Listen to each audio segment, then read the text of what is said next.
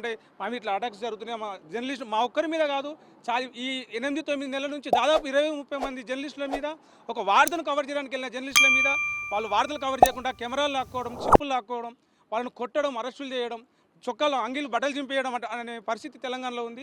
So అక్కడ ఉన్నప్పుడు అక్కడ ఎవరికి చెప్పుకోలేక పరిస్థితులకి ఢిల్లీ వరకు వచ్చినాం. కంప్లైంట్ చేసి వస్తుంటే కూడా మా ఆఫీస్ దగ్గర 4 కార్లు రెక్కి పెట్టడం, కొంతమంది నయీంకి సంబంధించినటువంటి కొంతమంది ఆ గ్యాంగ్లో ఉన్నటువంటి కొంతమంది మా ఆఫీస్ చుట్టుముట్టు రెక్కి చేయడం ఇట్లాంటివి చేస్తూ ఉన్నారు. అందుకే గత్యంతరం లేక విధులైన పరిస్థితిలోనే ఢిల్లీకి రావడం జరిగింది. మెయిన్ స్ట్రీమ్ జర్నలిస్ట్ ఎవరు లేరు ఇందులో, మీరు ఇండిపెండెంట్గా మెయిన్ స్ట్రీమ్ జర్నలిస్టులు ఎందుకు లేరు అంటే ఈ పెద్ద సంస్థలు వాటికి ఆ జర్నలిస్ట్ ఇప్పుడు లోగో చూస్తే కొంత బయట ఏం చేసినా కానీ బయట ఈజీగా స్ప్రెడ్ అవుతుంది కాబట్టి ఇండిపెండెంట్ జర్నలిస్టుల మీదనే ఎక్కువ ఫోకస్ చేస్తూ ఉన్నారు. మేము కొంత గ్రౌండ్కి వెళ్ళేసి కొన్ని వాస్తవాలు బయటకు తీసుకొస్తూ ఉంటే దాన్ని తట్టుకోలేక గవర్నమెంటే ఇది చేస్తుందని చెప్పేసి మేము ఆరోపిస్తాం. జర్నలిస్టులే కాదు, క్రిటిసైజ్ చేస్తున్నారు, ఒక రాజకీయ పార్టీ దీని వెనుక ఉంది అంటున్నారు. గతంలో మేమంతా కూడా మెయిన్ స్ట్రీమ్ మీడియాలో పెద్ద పెద్ద మీడియా సంస్థలు, అన్ని మీడియా సంస్థల్లో పనిచేసి వచ్చిన వాళ్ళమే. ఇక్కడ ఉన్న అందరం కూడా మీడియా సంస్థలు, ప్రధాన మీడియా సంస్థలు ఏవైతే ఉన్నాయో వాళ్ళని అన్నింటిలో పనిచేసి వచ్చిన వాళ్ళమే. మేము ఇండిపెండెంట్ జర్నలిస్టులు, ఏదో పార్టీకి ఏ పార్టీకి అనుకూలంగా చేసే జర్నలిస్టులం కాదు. మేము జర్నలిజానికి, జనాలకు, ప్రజలకు, సమస్యలకు అనుకూలంగా పనిచేసే జర్నలిస్టులు. అందుకే మా మీద ఇలాంటి అటాక్స్ జరుగుతున్నాయి. మేము ఏ పార్టీకో కానీ ఏ వ్యక్తికో కానీ అనుకూలమైన మీడియా కాదు మాది. ఇండిపెండెంట్ జర్నలిస్టు, స్వతంత్ర జర్నలిస్టులు మేము ఏదైనా పార్టీకి సపోర్ట్ చేసినట్టయితే, మేము ఏదైనా పార్టీ మమ్మల్ని నడిపిస్తున్నట్టయితే గవర్నమెంట్ మా మీద కేసులు పెట్టవచ్చు, మమ్మల్ని అరెస్ట్ చేయొచ్చు. మేమేమైనా మిస్లీడింగ్ వార్తలు రాస్తే మా మీద కేసులు పెట్టవచ్చు. మేము దాన్ని యాక్సెప్ట్ చేస్తాము, స్వాగతిస్తున్నాం. బట్ ఇక్కడ ఏం జరుగుతుందంటే వాళ్ళు డైరెక్ట్గా ఫిజికల్ అటాక్ చేస్తున్నారు, టార్గెట్ చేస్తున్నారు, కొడుతున్నారు. ఆల్రెడీ ఒకసారి కొట్టిర్రు, ఒకసారి చేజ్ చేసిర్రు. మేము జస్ట్ 1-2 నిమిషాల వ్యవధిలో మా ప్రాణాలు కాపాడుకొని బయటపడినాం. మేము ఇట్లాంటి పరిస్థితి ఉన్నది అక్కడ. ఇండిపెండెంట్ జర్నలిస్ట్ ఎవరైతే పనిచేస్తున్నారో, ఎందుకంటే మెయిన్ స్ట్రీమ్ ఉన్నదానికి దానికి ఉన్న అది ఇండిపెండెంట్ దానికి ఉన్న దానికి తేడా అందరికీ తెలుసు, మనకి ఇక్కడ జర్నలిస్టులు అందరికీ కూడా తెలుసు. సో ఏం చేస్తున్నారంటే వీళ్ళు చిన్నగా వ్యవస్థలు ఉన్నాయి. సో వీడు నిజాలు చేస్తున్నాడు, సోషల్ మీడియాలో ఎక్కువ స్ప్రెడ్ అవుతున్నాయి అవి వాస్తవాలు చెప్పేసరికి. సో ఇట్లాంటి వాళ్ళని దొక్కేయాలన్న ఉద్దేశంతో వాళ్ళు డైరెక్ట్ ఫిజికల్ అటాక్స్కి ట్రై చేస్తున్నారు. రాహుల్ గాంధీ ఇంటి ముందు ధర్నా చేశారు, కారణం ఏంటి? తెలంగాణలో జర్నలిస్టుల పైన ఎటువంటి అటాక్స్? సో మేము తెలంగాణ నుంచి వచ్చినాం జర్నలిస్టులం కొంతమంది. సో 3 రోజుల నుంచి రాహుల్ గాంధీ గారి అపాయింట్మెంట్కు ట్రై చేస్తున్నాం, 2 డేస్ నుంచి సీరియస్గా. సో ఆయన ఎలక్షన్ ప్రచారంలో ఉన్నాడని చెప్పేసి అపాయింట్మెంట్ కూడా ఇవ్వలేదు. సో ఇవాళ గత్యంతరం లేని పరిస్థితుల్లో ఇక్కడ రాహుల్ గాంధీ గారి ఇంటి దగ్గర, ఇక్కడ ఏఐసిసి ఆఫీస్ దగ్గర మేము నిరసన ప్రదర్శన చేస్తూ ఉన్నాము. ఎందుకు చేస్తూ ఉన్నామంటే తెలంగాణలో జర్నలిస్టుల మీద స్పెషల్గా ఫోకస్ చేసి కొంతమంది జర్నలిస్టుల మీద అటాక్స్ చేస్తూ ఉన్నారు. గత 6 నెలల క్రితం ఒకసారి ఫిబ్రవరి 22వ తారీఖు నాడు ఒకసారి అటాక్ చేసిరు. సో మా బృందం మీద, అలాగే తర్వాత రకరకాలుగా ఇక్కడ చూడండి మీరు ఎంతమంది జర్నలిస్టుల మీద అటాక్ చేశారో, నేషనల్ జర్నలిస్టుల మీద కూడా అటాక్ చేసినటువంటి పరిస్థితి మనం చూస్తూ ఉన్నాం. రీసెంట్గా కొండారెడ్డిపల్లిలో జరిగినటువంటి అక్కడ రుణమాఫీ జరిగిందా లేదా అని కొంతమంది మహిళా జర్నలిస్టులు అక్కడికి వెళ్ళి వాళ్ళు గ్రౌండ్ రిపోర్ట్ చేస్తున్న క్రమంలో అక్కడ వాళ్ళ మీద కొంత అటాక్ చేశారు ఆ గ్రామస్తులు, కొంతమందికి కాంగ్రెస్ సంబంధించినటువంటి నాయకులు. సో చేస్తే వాళ్ళ మీద అటాక్ జరిగిన తర్వాత మేము పోలీస్ స్టేషన్ దగ్గరికి వెళ్ళినాము, వాళ్ళ వాయిస్ తీసుకుందామని, ఏం జరిగిందని చెప్పేసి తెలుసుకోవడానికి పోతే మమ్మల్ని కూడా వాళ్ళు కొండారెడ్డిపల్లి నుంచి కొంతమంది కొండలరెడ్డి బ్రదర్స్, ఎవరైతే సీఎం ముఖ్యమంత్రి రేవంత్ రెడ్డి తమ్ముడు ఉన్నాడో కొండలరెడ్డి గారు, వారి అనుచరులు కొంతమంది మమ్మల్ని కారులో చేజ్ చేసి, సినిమాలో మాదిరిగా చేజ్ చేసి ఆల్మోస్ట్ కొండారెడ్డిపల్లి నుంచి వెల్దండ పిఎస్ దాకా 30 కిలోమీటర్లు మా కార్ని 150 కిలోమీటర్ల స్పీడ్తో చేజ్ చేసిరు. సో 3 సార్లు మమ్మల్ని అడ్డుకునే ప్రయత్నం చేశారు. అడ్డుకుంటే ఒక్క కారు పోయి 4 కార్లు అయినాయి లాస్ట్ వరకు.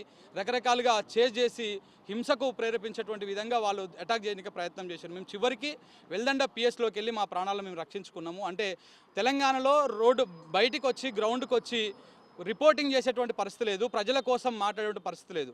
గతంలో కొడంగల్ నియోజకవర్గంలో పేదలకు సంబంధించినటువంటి అసైన్డ్ భూములను తీసుకుంటున్నారు అని చెప్పేసి ఒక గ్రౌండ్ రిపోర్ట్ చేస్తే అప్పుడు ఫిబ్రవరి 22వ తారీఖు నాడు అటాక్ చేసిరు. తర్వాత మళ్ళీ ఇప్పుడు కొండారెడ్డిపల్లికి సంబంధించినటువంటి ఇష్యూ మీద మేము గ్రౌండ్ రిపోర్ట్ చేయకపోతే మా మీద అటాక్ చేస్తున్నారు. ఒక మా మీదనే కాదు, మీరు ఇక్కడ చూడొచ్చు ఓయూలో కొంతమంది జీతెలుగు సంబంధించినటువంటి జర్నలిస్టుల మీద, అలాగే ఇక్కడ ఆకుల శ్రీనివాసరెడ్డి జర్నలిస్టుల మీద, చిల్కా ప్రవీణ్ కావచ్చు, ఇక్కడ మహిళా జర్నలిస్టులు కావచ్చు, ఆఖరికి నేషనల్ మీడియా జర్నలిస్ట్ అనేటువంటి బర్కదత్ మీద కూడా ఇట్లాంటి దాడులు జరిగినటువంటి సందర్భాన్ని మేము గుర్తు చేస్తూ ఉన్నాం. ఈ దాడులు ఆపాలి. మన రాహుల్ గాంధీ గారు రాజ్యాంగం గురించి లేకపోతే దీని గురించి చాలా గొప్పగా చెప్తున్నారు. తెలంగాణ రాష్ట్రానికి వచ్చి కూడా వారు చెప్పిపోయారు.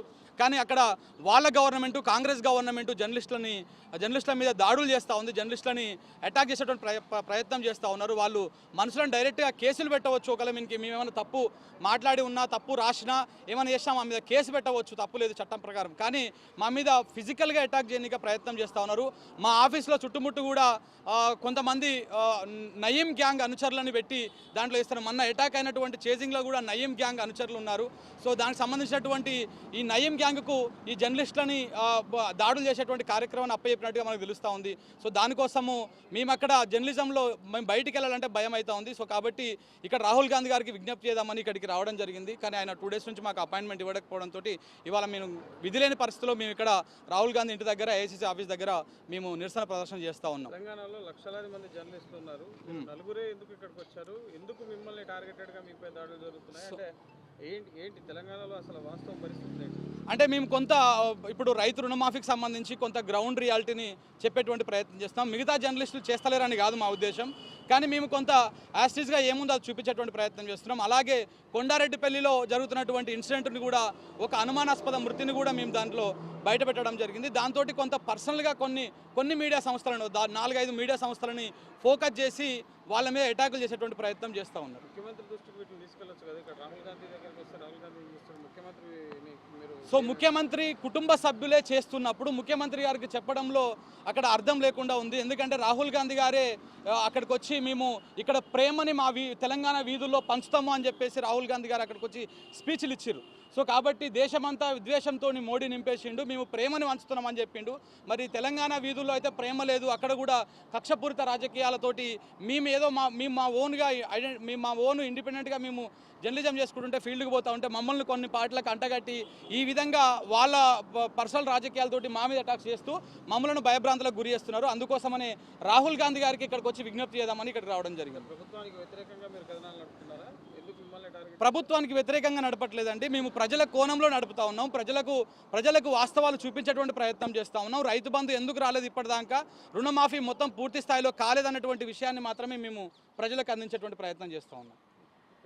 నా పేరు శంకర్ అండి.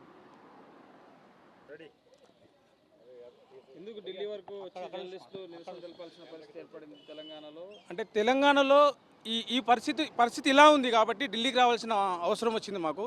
తెలంగాణలో ఎవరికి చెప్పాలో తెలియదు. అంటే ఒక ప్రభుత్వ అధినేతగా ఒక ముఖ్యమంత్రి స్థానంలో ఉన్న వ్యక్తి వాళ్ళ అనుచరులని, వాళ్ళ సోదరులని మా మీద గుసిగొల్పి మా మీద దాడిలోకి తెగబడుతూ ఉంటే వాళ్ళు ఇంకెవరికి చెప్పుకోవాలో తెలియక మేము వారి అధిష్టానమైనటువంటి వాళ్ళు ఏ నిర్ణయం తీసుకోవాలనుకున్నా ఢిల్లీకి వచ్చే తీసుకుంటారు కదా. అందుకని వాళ్ళ అధిష్టానానికే మా బాధను, మా గోడుని, మా పరిస్థితిని, అంటే మేము బతికే పరిస్థితి లేదా ఎంబడబడి తరమడం, రక్తాలు వచ్చేలా కొట్టడం, ఇలాంటి పరిస్థితులను ఇక్కడ వాళ్ళ అధిష్టానానికి అర్థమయ్యేలా చెప్పడం కోసం మేము ఢిల్లీ వరకు వచ్చినాము. 2-3 రోజుల నుంచి రాహుల్ గాంధీ సార్ని కలవడానికి మేము ట్రై చేస్తూనే ఉన్నాం. కాబట్టి ఆయన అక్కడ కాశ్మీర్ ఎలక్షన్ అని చెప్పేసి అక్కడ ప్రచారంలో ఉన్నారని చెప్పేసి మాకు అవకాశం దొరకలేదు రాహుల్ గాంధీ సార్ని కలవడానికి. అందుకే వారి ఇంటి ముందు నుంచి ఏఐసీసీ కార్యాలయం వరకు ఇట్లా మా బాధ ఏదైతే ఉందో స్లోగన్స్ రూపంలో, ఈ ఫోటోల రూపంలో ఇక్కడ చెప్పడానికి వచ్చినాము. అంటే మీ అంతా ఒకే ఆర్గనైజేషనా? అంటే మేము ప్రస్తుతానికి ఇండిపెండెంట్ జర్నలిస్టులుగా వర్క్ చేస్తూ ఉన్నాము. అంటే మామూలుగా తెలంగాణలో చాలా మీడియా సంస్థలు ఉన్నప్పటికీ మా మీదనే ఎందుకు దాడులు చేస్తూ ఉన్నారంటే మాది పెద్ద సంస్థలు కాదు, ఇండిపెండెంట్గా ఒక్కొక్కరుగా వెళ్ళి న్యూస్ కవరేజ్ చేసుకుంటూ వస్తుంటాము. మా మీద ఏం చేసినాడు ఒక ఊరిలోనే మూసేయొచ్చు వీళ్ళని, నిజం గ్రౌండ్ లెవెల్లో నిజం బయటకు తీసుకెళ్తున్నారు, వీళ్ళని ఇక్కడ అరికడితే పెద్ద వార్తా సంస్థల వరకు నిజం వెళ్ళదు అనే ఉద్దేశంతో మా మీద ఈ దాడులు అనేది మాకు చేస్తూ ఉన్నారని చెప్పేసి మాకు కొంచెం ఆందోళనకరంగా ఉంది పరిస్థితి.